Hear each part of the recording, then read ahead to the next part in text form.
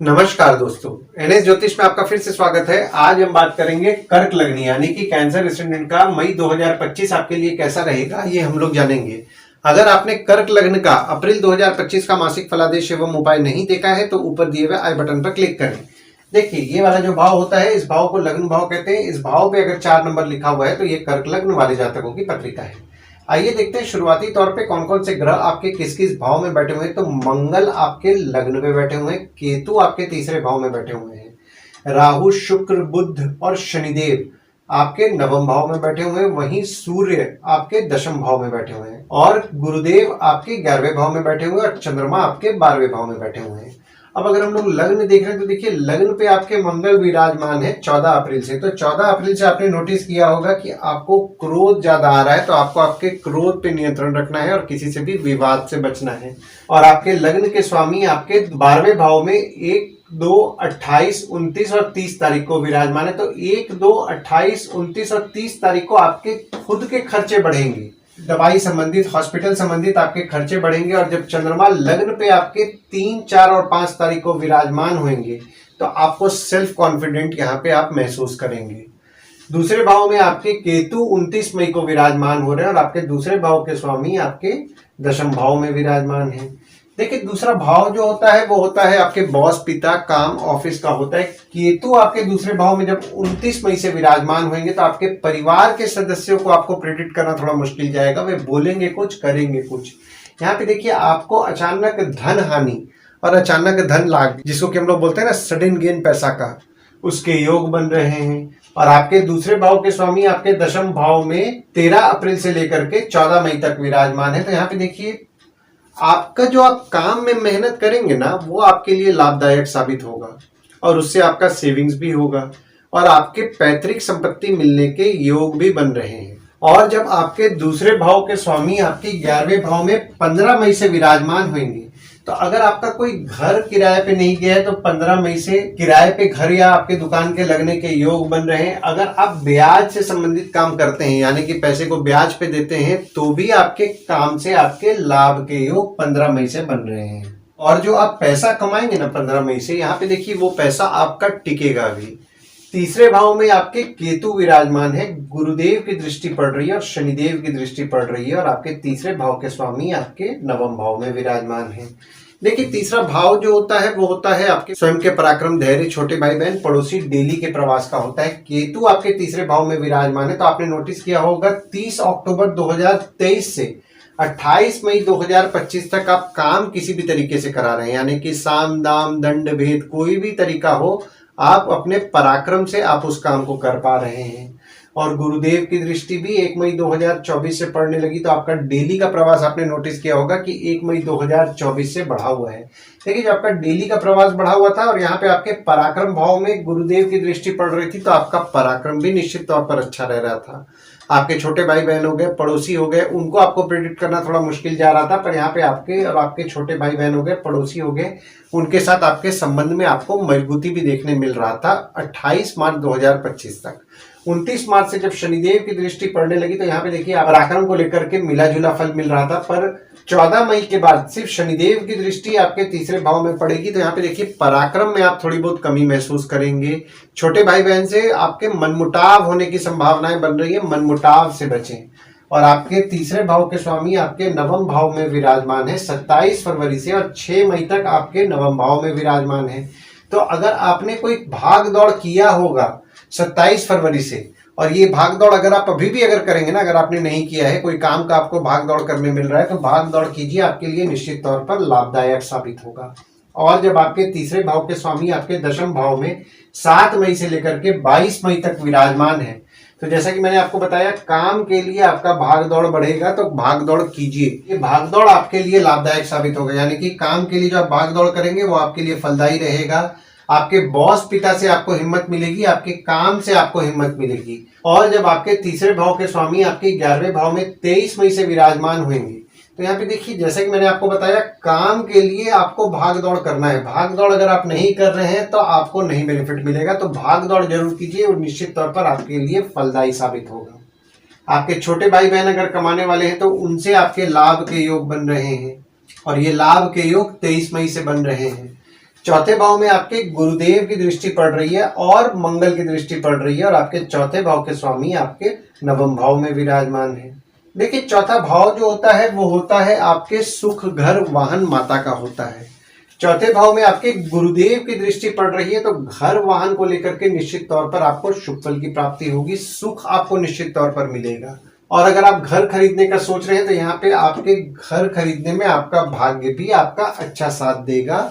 और जो भी लोग ट्रांसपोर्ट, रियल एस्टेट से संबंधित काम कर रहे हैं, जैसे कि नई पुरानी गाड़ी खरीदना बेचना, car detailing, car accessories, property खरीदवाना बेचवाना, या कोई भी घर वाहन से संबंधित काम कर रहे हैं, यहाँ पे आपके काम में आपका भाग्य भी आपका अच्छा साथ देगा।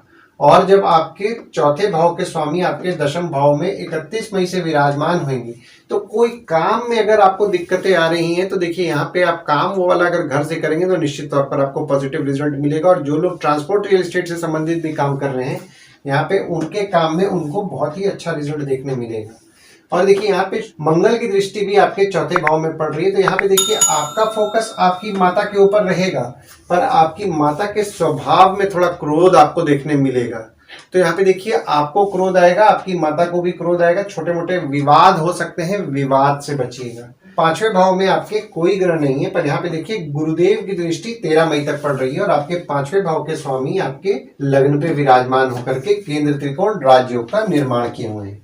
देखिए, पांचवा भाव जो होता है वो होता है आपके संतति, प्रेम, पढ़ाई, साधना का होता है। पांचवें भाव में आपके गुरुदेव की दृष्टि पड़ रही थी, 1 मई 2024 से पड़ने लगी और 13 मई 2025 तक पड़ेगी। तो जो स्टूडेंट्स हैं उनके पढ़ाई को लेकर के उनका भाग्य अच्छा साथ दे रहा था, पढ़ाई में मन लग रहा था, पढ़ाई पे फोकस भी कर पा रहे थे, और पढ़ाई में समझदारी और बुद्धिमानी से भी डिसीजंस ले रहे थे।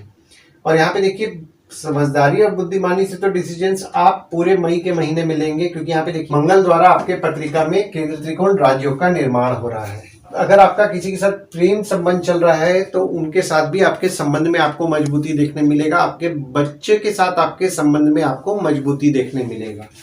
और अगर आप साधना करते हैं तो साधना भी आपके लिए फलदायी रहेगी।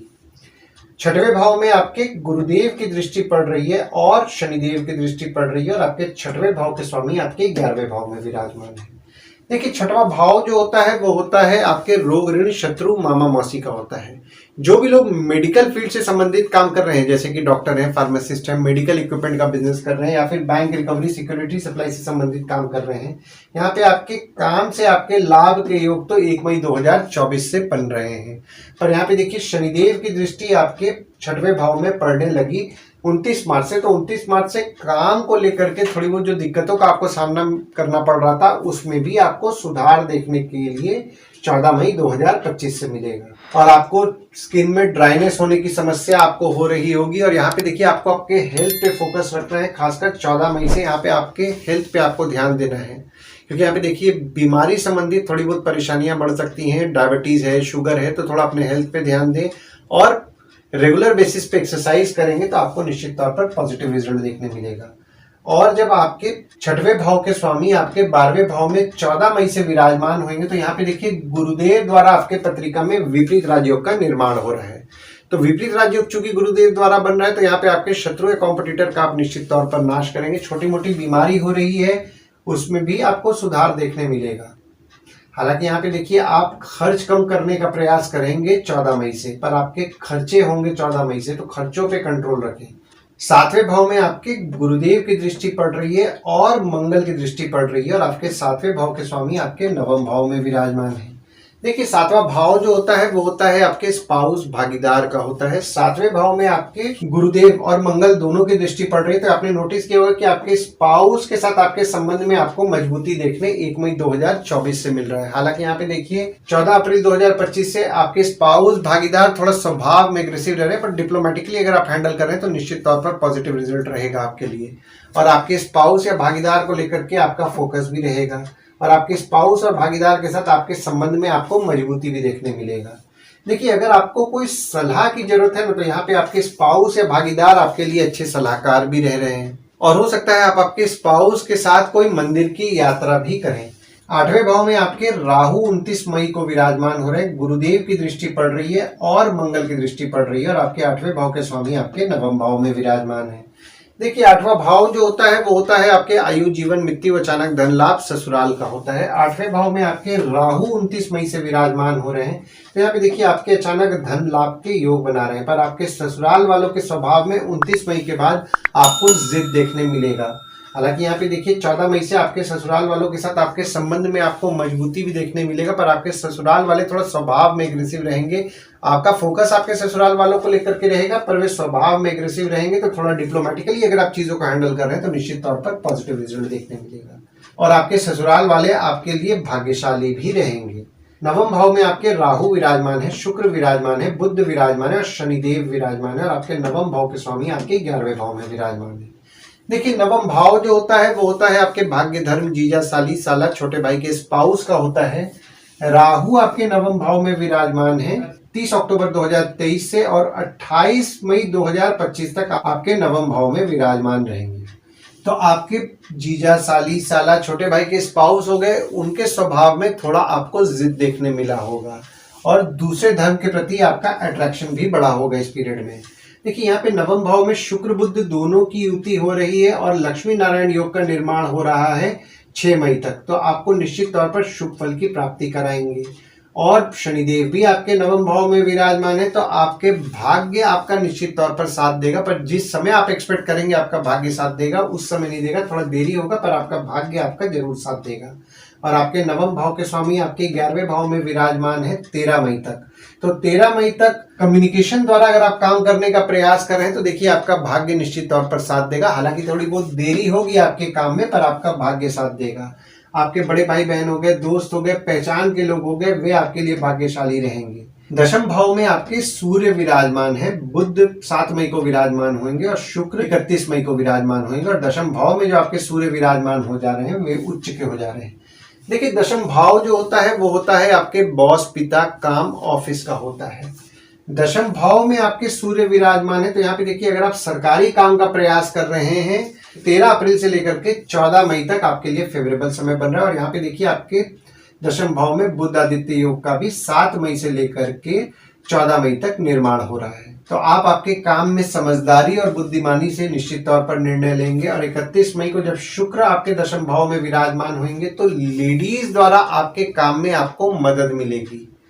11वें भाव में आपके गुरुदेव विराजमान है, सूर्य 15 मई को विराजमान होंगे और बुध 23 मई को विराजमान होंगे और शनिदेव की दृष्टि पड़ रही है। और आपके 11वें भाव के स्वामी आपके 9वें भाव में विराजमान है। देखिए 11वां भाव जो होता है वो होता है आपके आय, यानी कि इनकम, दोस्त, पहचान के लोग, कम्युनिकेशन, बड़े भाई बहन का होता है। 11वें भाव में आपके गुरुदेव विराजमान है, तो इनकम के लिए निश्चित तौर पर शुभ फल की प्राप्ति आपको 1 मई 2024 से करा रहे हैं और 13 मई 2025 तक यहाँ पे आपको इनकम की प्राप्ति होगी। पर आप आपके इनकम से जो आपको डिससेटिस्फैक्शन लेवल हो रहा था उसमें आपको सुधार देखने के लिए 14 मई 2025 से मिलेगा। और सूर्य भी 15 मई को जब आपके 11वें भाव में विराजमान होंगे तो यहाँ पे देखिए सरकार द्वारा अगर आप कोई पैसे एक्सपेक्ट कर रहे हैं तो 15 मई से आपके लिए फेवरेबल समय बन रहा है। और यहाँ पे देखिए वापस बुध आदित्य योग का 23 मई से निर्माण हो रहा है, तो निश्चित तौर पर आपको शुभ फल की प्राप्ति होगी। यानी कि समझदारी और बुद्धिमानी से तो आप निर्णय अपने काम और पैसे दोनों को लेकर के लेंगे। हालांकि यहाँ पे देखिए जिस समय आप पैसा एक्सपेक्ट करेंगे वैसा नहीं होगा। जो लोग भी जॉब कर रहे हैं, काम में आपको रिस्पॉन्सिबिलिटी देखने मिलेगा, पर इनकम जैसा आप एक्सपेक्ट करेंगे, थोड़ा बहुत इनकम आपको जैसा आप एक्सपेक्ट करेंगे वैसा नहीं मिलेगा। व्यापार करते हैं, पैसा टूट टूट के मिलेगा, थोड़ा देरी होगा पर आपको मिलेगा जरूर। और आपके 11वें भाव के स्वामी जब आपके 10वें भाव में 31 मई से विराजमान होंगे तो आपकी आमदनी, कोई भी काम आप कर रहे हैं उससे निश्चित तौर पर होगी और आप काम करते करते कुछ ना कुछ नया सीखेंगे भी। 12वें भाव में आपके चंद्रमा 1, 2, 28, 29 और 30 तारीख को विराजमान है और गुरुदेव 14 मई को विराजमान होंगे। और आपके 12वें भाव के स्वामी आपके 9वें भाव में विराजमान है। देखिए 12वां भाव जो होता है वो होता है आपके खर्च, जेल, फॉरेन, हॉस्पिटल, मोक्ष का होता है। 12वें भाव में जो आपके चंद्रमा विराजमान है ना 1, 2, 28 और 29 तारीख को, यहाँ पे देखिए 1, 2, 28 और 29 तारीख को आपके खुद के खर्चे बढ़ेंगे, दवाई हॉस्पिटल संबंधित आपके खर्चे बढ़ेंगे और थोड़ा बहुत आपको मानसिक चिंता, परेशानी थोड़ी बहुत आपको लग सकती है, मन निराश हो सकता है और किसी चीज का भय भी आपको परेशान कर सकता है। और गुरुदेव जब आपके 12वें भाव में 14 मई से विराजमान होंगे तो दवाई संबंधित, हॉस्पिटल संबंधित, बीमारी संबंधित आपके कुछ ना कुछ खर्चे बढ़ने वाले हैं। तो इस चीज का ध्यान दीजिए और रेगुलर बेसिस पे एक्सरसाइज करें। और आपके 12वें भाव के स्वामी आपके 9वें भाव में 27 फरवरी से 6 मई तक विराजमान है। तो जो भी लोग विदेश संबंधित काम कर रहे हैं या विदेश जाने का प्रयास कर रहे हैं, उनका भाग्य निश्चित तौर पर उनके काम में साथ देगा। और जो लोग विदेश जाने का भी प्रयास कर रहे हैं, उनका भी भाग्य अच्छा साथ देगा। और जब आपके 12वें भाव के स्वामी आपके 10वें भाव में 7 मई से 22 मई तक विराजमान रहेंगे, तो अब जो लोग भी विदेश संबंधित काम कर रहे हैं, यहाँ पे देखिए आपके काम में भी आपको 7 मई से 22 मई तक बढ़ोतरी देखने मिलेगा। और अगर आप आपके करंट जॉब से भी विदेश जाने का प्रयास कर रहे हैं, तो यहाँ पे 7 मई से 22 मई तक आपके लिए फेवरेबल समय बन रहा है। और जब आपके 12वें भाव के स्वामी आपके 11वें भाव में 23 मई से विराजमान होंगे, तो देखिए यहाँ पे जो भी लोग विदेश संबंधित काम कर रहे हैं, यहाँ पे उनके लाभ के योग बन रहे हैं। और अगर आपका कोई पैसा अटक रहा है जो कि पैसे देकर के होगा, तो यहाँ पे 23 मई से आपके लिए बेनिफिशियल समय बन रहा है। क्योंकि यहाँ पे देखिए आपका खर्चा अगर किसी काम पे अगर हो रहा है ना, तो निश्चित तौर पर आपको पॉजिटिव रिजल्ट देखने मिलेगा। तो ओवरऑल अगर मैं देखूं ना मई का महीना, तो देखिए यहाँ पे आपके काम में आपको निश्चित तौर पर बढ़ोतरी देखने मिलेगा। और आप आपके काम को लेकर के वर्कोहॉलिक भी रहेंगे। इनकम के लिए भी यहाँ पे शुभ फल की प्राप्ति होगी। बस यहाँ पे इनकम जिस समय आप एक्सपेक्ट करेंगे उस समय नहीं होगा, थोड़ा बहुत डिले होगा इनकम मिलने में। आइए दोस्तों, अब हम लोग ये समझने का प्रयास करते हैं कि मई के महीना में गुड डेट्स, बैड डेट्स और रेमेडीज आपके लिए क्या होंगे। तो गुड डेट्स वो डेट्स हो जाते हैं जिस दिन अगर आप कोई नया काम शुरू करना चाह रहे हैं, कोई कंपनी में आपके एग्रीमेंट हो रहा है, कोई कंपनी में आपकी ज्वाइनिंग हो रहा है, या फिर अगर आप कहीं बाहर जाने का प्लान कर रहे हैं, कोई भी अच्छा काम करना चाह रहे हैं, तो इस डेट्स को आप कंसिडर कर सकते हैं। तो डेट्स हो जाते हैं 3 से 5 तारीख, 11 से 15 तारीख, 18 तारीख, 19 तारीख, 24 तारीख और 25 तारीख। वहीं बैड डेट्स में अगर आप कहीं बाहर जाने का प्लान कर रहे हैं, कोई कंपनी में आपके एग्रीमेंट हो रहा है, कोई कंपनी में आपके ज्वाइनिंग हो रहा है, या फिर अगर आप कोई नया सामान खरीदना चाह रहे हैं, कोई भी अच्छा काम करना चाह रहे हैं, तो इस डेट्स को आप अवॉइड कीजिए। तो डेट्स हो जाते हैं 1 तारीख, 2 तारीख, 16 तारीख, 17 तारीख, 20 तारीख, 21 तारीख, 28 तारीख, 29 तारीख और 30 तारीख। इस डेट्स को आप कहीं लिख के रख लीजिए ताकि आपके ध्यान में रहे। और उपाय में आपको गाय को रेगुलर बेसिस पे गुड़ खिलाना है। कोई भी देवी की उपासना करें और देवी के मंदिर रेगुलर बेसिस पे जाएं। और शनिदेव के मंदिर रेगुलर बेसिस पे जाएं। शनिदेव को तेल चढ़ाएं और तेल चढ़ाते समय ओम शं शनिश्चराय नमः का जाप करें। और गुरुवार के दिन अगर आप साईं बाबा और दत्त भगवान के मंदिर जा रहे हैं, साईं बाबा और दत्त भगवान की उपासना कर रहे हैं, तो आपको अच्छा लाभ होगा। आशा करता हूं इस वीडियो में दी हुई जानकारी आपको पसंद आई होगी। अगर आप हमें YouTube पे देख रहे हो और वीडियो आपको पसंद आया हो, तो इस वीडियो को लाइक कीजिए, चैनल को सब्सक्राइब कीजिए, नोटिफिकेशन बेल जरूर दबाइए। और अगर आप हमें फेसबुक पेज पे देख रहे हैं, तो फेसबुक पेज को लाइक कीजिए और फॉलो कीजिए। धन्यवाद दोस्तों, कल फिर मिलेंगे एक नए वीडियो के साथ।